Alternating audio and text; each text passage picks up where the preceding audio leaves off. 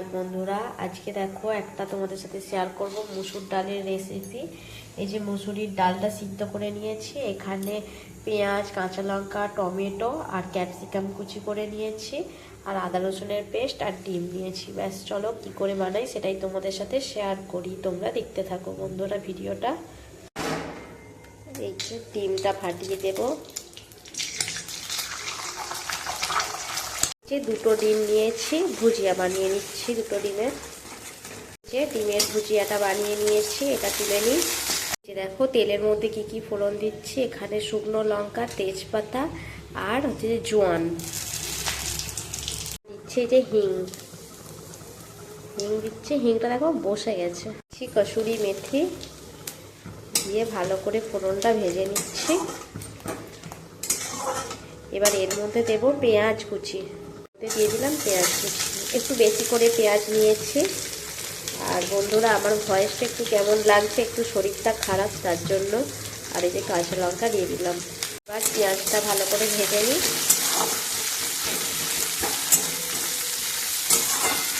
দিয়ে দেবো ক্যাপসিকামগুলো।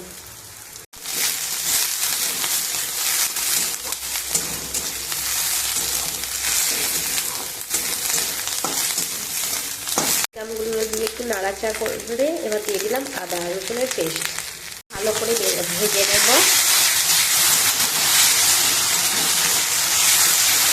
আদা রসুনগুলো ভালো করে কাঁচা গন্ধটা যতক্ষণ না গেছে ভেজে নিয়েছি। এর মধ্যে এবার গুঁড়ো মশলাগুলো দিই। লঙ্কার গুঁড়ো দিলাম, হলুদের গুঁড়ো, রোজকার যা ইউজ হয় মশলা সেইগুলোই দেবো।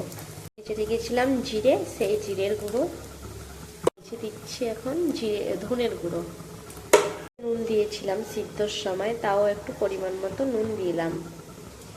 দিয়ে ভালো করে মশলাগুলো ভেজে নেব। এবার দিয়ে দিলাম এই যে টমেটো কুচি, দিয়ে একটুখানি নাড়াচাড়া করে নেব। বন্ধুরা, মশলাটা ভালো করে ভাজা হয়ে গেছে। এবার দিয়ে দেবো সিদ্ধ করা মুসুরির ডাল।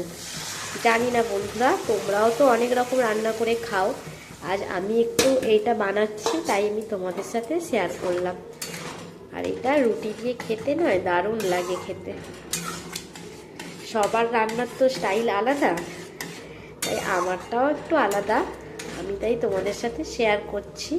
তবু তোমরা জানিও বন্ধুরা ভিডিওটা কেমন লাগছে, আর ডালটার রেসিপিটা কীরকম লাগলো অবশ্যই জানিও। আর তোমরা কারা কারা বানিয়ে খেয়েছো সেটাও অবশ্যই আমাকে কমেন্টে জানাতে ভুলো না বন্ধুরা।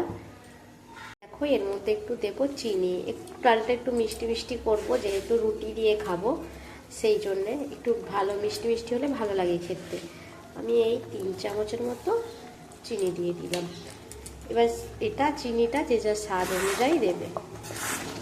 আর ডালটা বেশি পাতলা হবে না। আর আমার একটা ভুল হয়ে গেছে, ডালটা একটু বেশি সিদ্ধ করে নিয়েছি। এটা একটু দানা দানা থাকলে আরও ভালো হতো, কিন্তু খেতে খুব সুন্দর হয়। মধ্যে দিয়ে দিলাম এখন এই যে ডিমের ভুজিয়াটা করে রেখেছিলাম সেইটা। এইটা এবার ফুটে গেলে আর 2-1 মিনিট ফোটাবো। ফুটে গেলে 2-1টা জিনিস দেবো, দিয়ে এটা নামিয়ে নেব।